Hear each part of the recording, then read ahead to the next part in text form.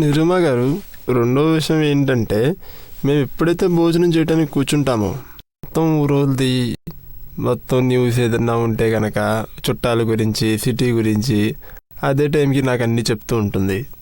ఎప్పుడైతే భోజనం చేయడానికి కూర్చుంటానో అప్పుడే ఇవన్నీ నాకు మొదలు పెడుతుంది.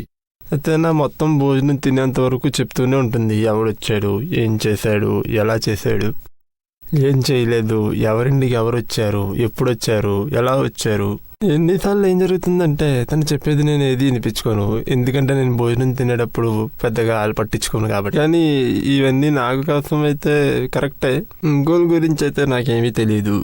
మీరు అందరినీ కలుస్తూ ఉంటారు, వినే ఉంటారు. ఇది మాట నిజమేనా నేను చెప్పేది? మెజారిటీ భర్తలందరికీ ఇదే ప్రాబ్లము, మెచ్యూరిటీ. దీంట్లో నుంచి బయటికి రావడానికి ఏదన్నా దారి చెప్పండి. ఇది రోజు జరుగుతుంటుంది, మధ్యాహ్నం టైం భోంచేసేటప్పుడు, సాయంత్రం టైం కూడా. మీరు ఒక నియమం పెట్టుకోండి. అంటారు కదా, ఒట్టేసుకున్నాను అని. ఒట్టేసుకున్నా. తినేటప్పుడు నేను మాట్లాడను, ఇక చెవులతో వినను కూడా. నిర్మా గారు, రెండో విషయం మీరు చాలా బాగా చెప్పారు.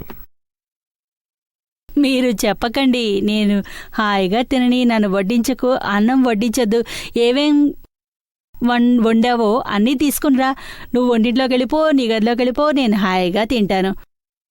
ఏమీ లేకపోయినా కూడా పర్వాలేదు, నాకు వినే శక్తి మాత్రం ఏమాత్రమూ లేదు.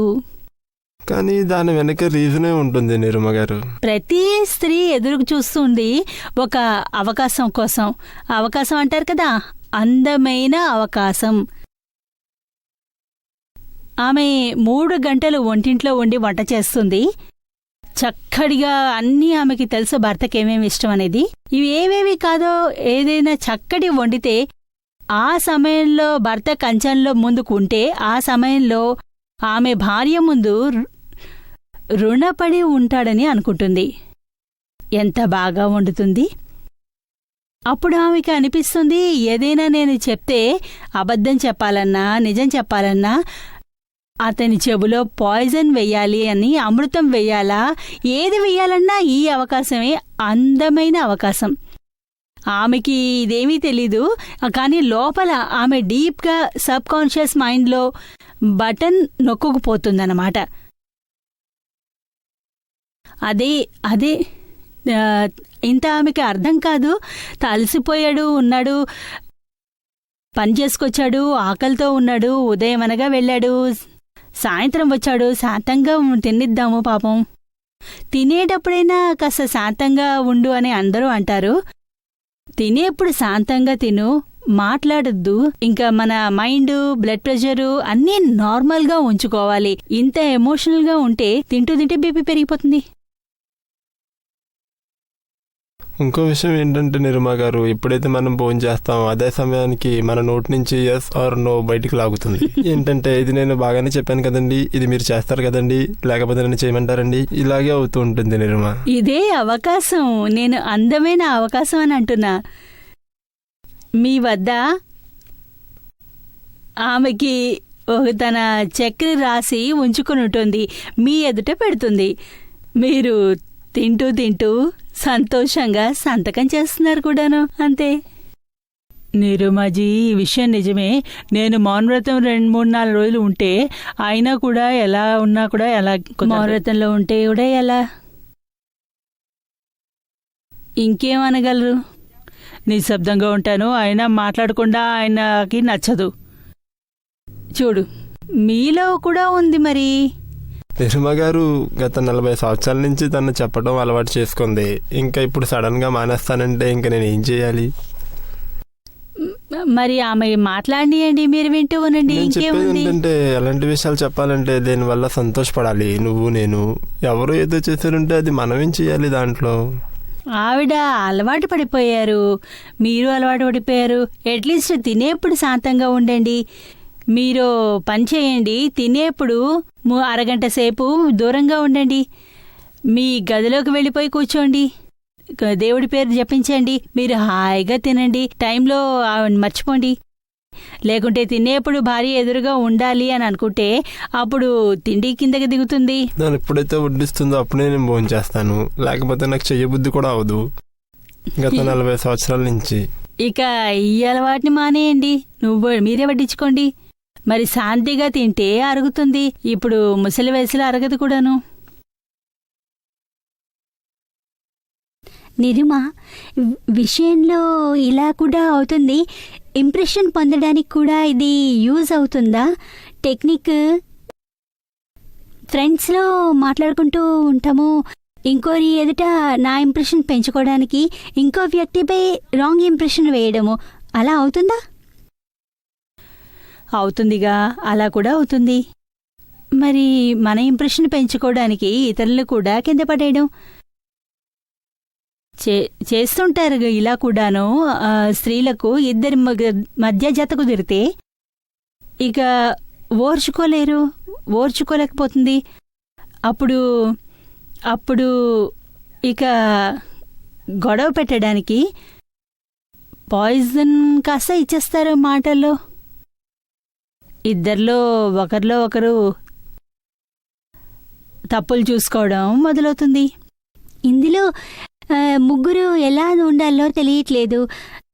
ఎలా అంటే నేను నా ఫ్రెండ్కి మధ్యలో మూడోవారు పుల్లలు పెడుతున్నారు, మరి నేను ఎలా ఉండాలి అకార్డింగ్ టు న్యాయం అండ్ నార్మల్ లైఫ్?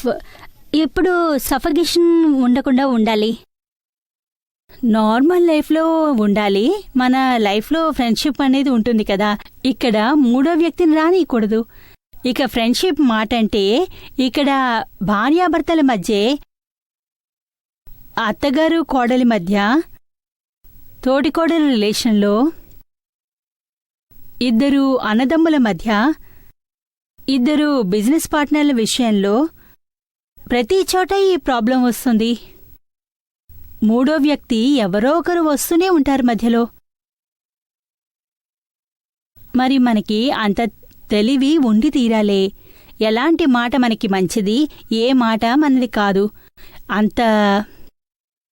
ఇంత వివేకం మనలో లేకపోతే ఎంతో దుఃఖం చెందాల్సి ఉంటుంది. ఏ మాటని వినాలి, ఏది అక్కర్లేదు,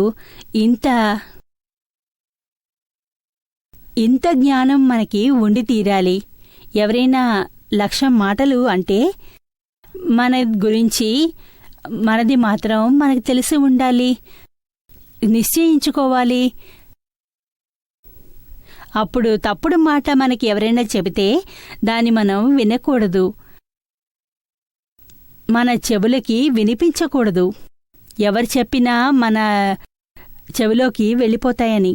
ఇక రిలేషన్ పాడైపోవడం. స్ట్రాంగ్గా ఉండాలి కదా.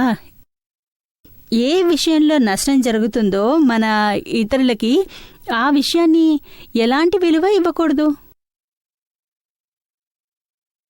నిజం లక్షల నిజం అయినా కూడా దానికి ఇంపార్టెన్స్ ఇవ్వకూడదు, దానివల్ల లాభం లేదు. నిజానికి అబద్ధం నిజం అన్నది ఉండనే ఉండదు. మన నమ్మకము, మన విలువ, మనం నమ్మేదే. ప్రతి ఒక్కరూ తమ లా బుక్ని రాసుకునే ఉంటారు. ఒకరు నిజం అంటారు, ఒకరు అబద్ధం అంటారు. ఏదంటే అదే. ఇతరుల్ని ఫోర్స్గా చేస్తారు మీరు నమ్మండి అని. అవసరం లేదు కదా ఎవరి మాటలైనా నమ్మడానికి.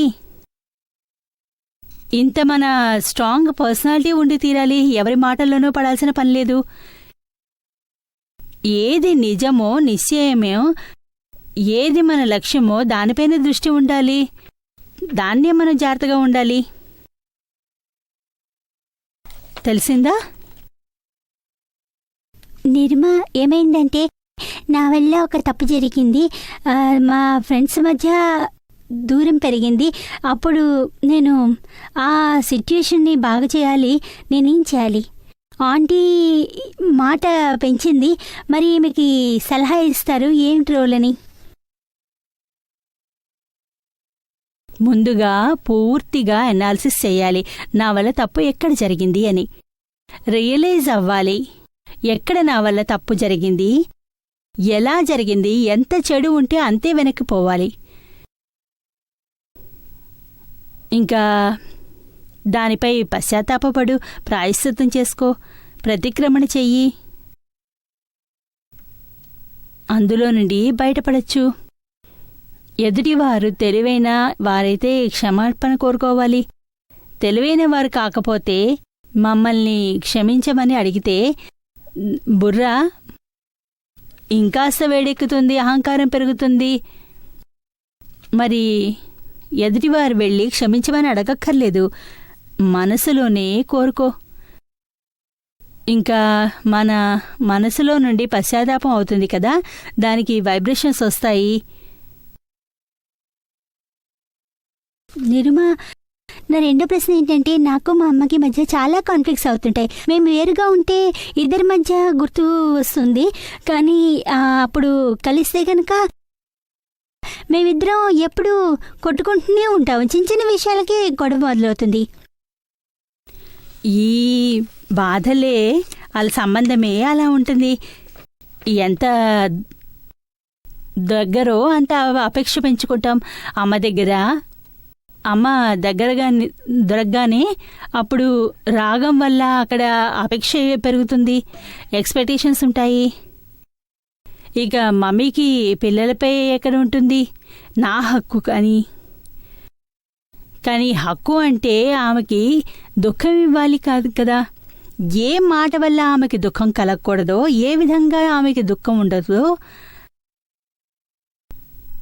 అంటే ఇంకోరి దగ్గర అలా చెయ్యమో, ఎలా ఉండమో, అలా వారికి ఏమీ అనం కదా. ఇక్కడ ఇబ్బంది ఉంటుంది, అక్కడ ప్రాబ్లము. కానీ అమ్మ దగ్గర ఏమీ ఉండదు. అమ్మే కదా, నా అమ్మే కదా, నాకు హక్కు ఉంది, ఏదైనా అనొచ్చు. నేను ఏం చేస్తాం, కాస్త బాధ అనిపించినా వదిలేస్తుంది, కాసేపు తర్వాత మళ్ళీ మర్చిపోతుంది. నేను మర్చిపోతాను, అమ్మ మర్చిపోతాం కూడాను. అది వ్యవహారమే ఇలా ఉంటుంది, అక్కడ బాగుండదు. ఇది సరైంది కాదు అంటే గుర్తుపెట్టుకో, అమ్మ దగ్గర జాగ్రత్తగా ఉండు. అలాగే అవుతుంది. ఇదివరకు జాయింట్ ఫ్యామిలీలో ఉండేవారము. అప్పుడు అమ్మతో అంత అటాచ్మెంట్ ఉండేది కాదు, నార్మల్గా ఉండేది. మేము సెపరేట్ అయ్యి వేరేగా వచ్చేసాక యాక్చువల్లీ నాకు సఫకేషన్ అవుతుంది, నేను ఈ లేడీతో ఎలా ఉంటున్నాను అని. తెలివైన వారితో తెలివిగా ఉంటుంటే అన్నట్లుగా అలా ఏదో అనిపిస్తుంది. ఇక ఆమెతోనే ఉంటుంటే ఎలా అంటే అనేది అందరి ప్రేమ ఆమెపైనే వచ్చేసింది. అందరి కోసం దాని వైపే, ఆమెలోనే చూస్తాను. ఇలా అవుతుంది. ఇదే తెలివి తక్కువతనం. తల్లి తల్లే, అమ్మ అమ్మే. చివరికి ఆమెలో ఒక్క తప్పు కూడా చూడకూడదు. తల్లి తల్లే. ఆమె ఏదైనా అననీయండి, ఆమెకి హక్కు ఉంది. మన పిల్లలపై హక్కు లేదు.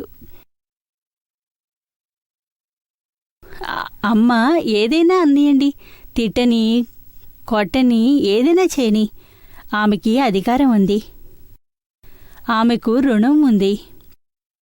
పిల్లలకేముంది, ఇంకా పైగా ఇబ్బంది పెట్టడం కూడాను. ప్రతిసారి అలా కాదు. ప్రతిసారి మరి అలా అమ్మ రుణం ఎలా తీర్చుకుంటావు? రుణం కాదు, ఆమెకి హెల్ప్ చేస్తాను. కాస్త అప్పుడప్పుడు నిరుమ చాలా అయితే ఎదురుగా చెప్పాలి. ముందు జరిగింది రీచ్ చేస్తే కనుక ఆమెకి పార్టీకి వెళ్ళాల్సి ఉంటుంది. అప్పుడు గుర్తు వస్తుంది, గుర్తు కూడా ఉండదు. ఇప్పుడు జాయింట్ ఫ్యామిలీలో ఉన్నప్పుడు రీకాల్ చేస్తే అనిపిస్తుంది వేర్ వాజ్ హాయ్ అని.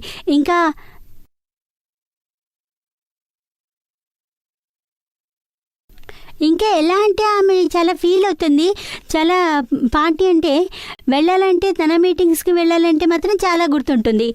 అదే అమ్మాయి పెద్ద అయింది, ఇక ఎప్పుడు పని చేయదు. నేనేం చేయాలి, అది చెయ్యి, ఇది వద్దు, అది వద్దు, ప్రతి మాటకి ఇంకా అడ్డం చెప్తూ ఉంటుంది.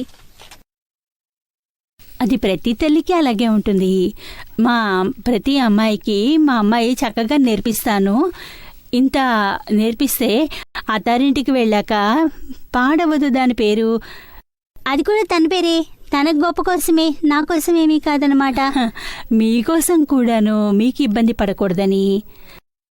అత్తగారి మాట పడకుండా అత్తగారి మాట వినగలరా? లేదు కదా, ఎన్ని మాటలు వినాల్సి ఉంటుంది అత్తగారివి? దానికంటే ఇంపార్టెన్స్ నాకు ఇంప్రెషన్ పాడైంది కదా.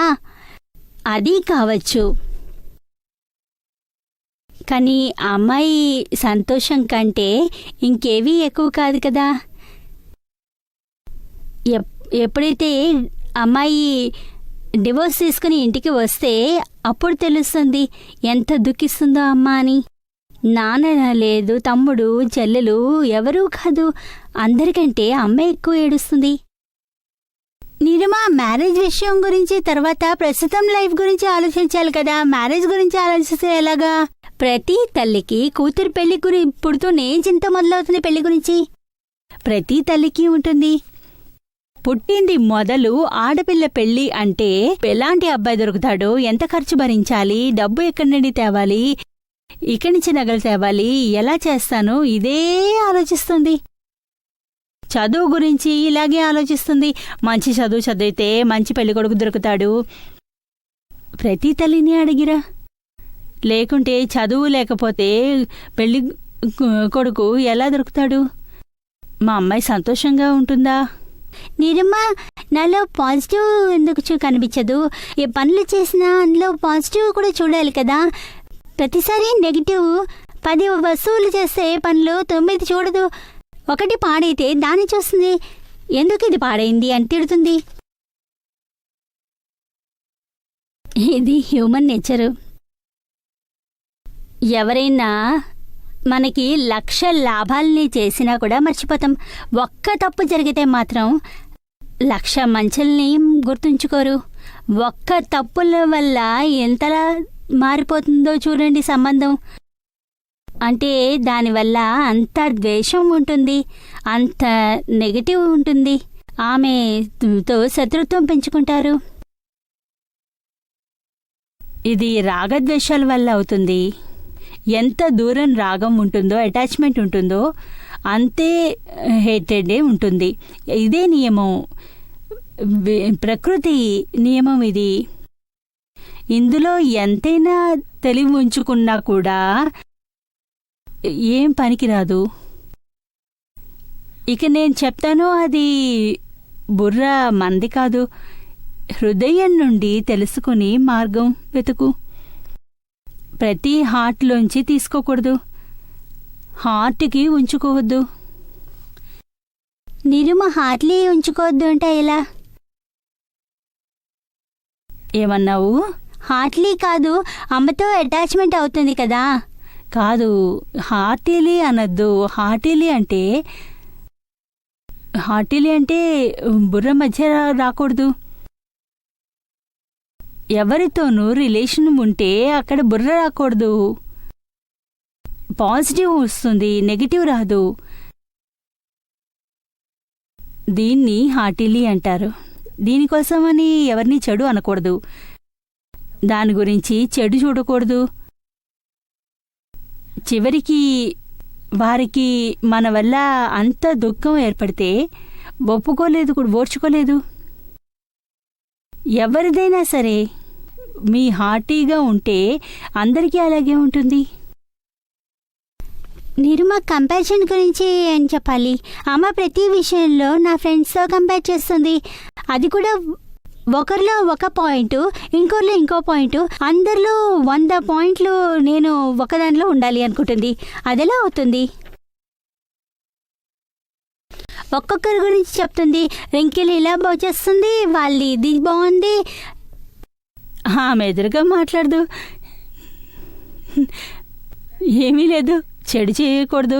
నువ్వు చెప్పు, సరే అమ్మా, 100 మందిలో ఉన్నది నాలో ఉండదు, నేను ప్రయత్నిస్తున్నాను. ఒకవేళ 100 కాగానే నేను సీతమ్మ వారినే అయిపోతాను. నేను ఇంకా 100 పూర్తి చేసుకుంటే ఆ టైంలో నేను చెప్పేస్తాను, ఒకరిని తీసుకో, నీ దగ్గర 10 రోజులు ఉంచుకో, అప్పుడు తెలుస్తుంది నీకు నేను ఎంత మంచిదాన్ని అన్నది. ఏమీ జరగదు. ఏది ఎవరు ఉంచుకోరు, ఎవరు రారు కూడాను. ఎవరిని ఎంత ఉందో అలాగే ఉంటారు.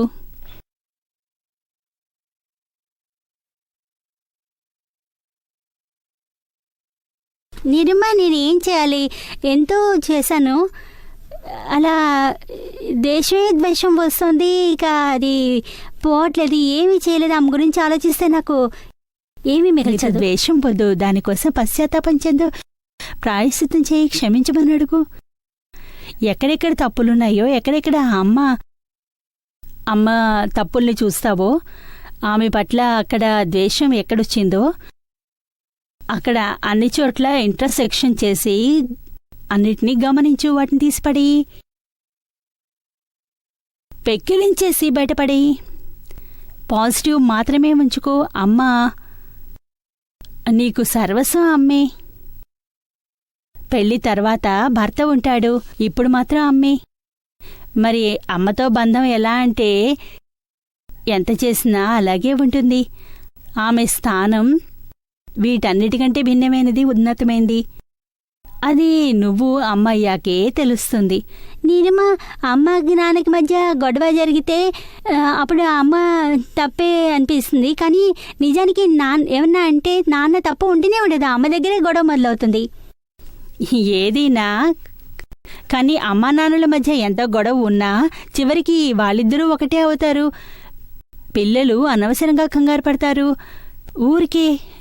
నేను నా తమ్ముడు ఎంతలా భయపడతామంటే ఇక చదువు మీద దృష్టి ఉంచలేకపోతాము మేము, ఏం పెద్ద గొడవ అయిపోతుంది అని. అలా ఏమీ జరగదు, కాసేపటి తర్వాత వాళ్ళిద్దరూ సరైపోతారు. అదే అవుతుంది. దీన్ని అక్కర్లేని హంగామా అంటారు. ఇదే 2-3 సార్లు అయితే గనక తెలుసుకో ఇది ఇంతే అని, ఎవరికీ అంత మహత్వం ఉండదని.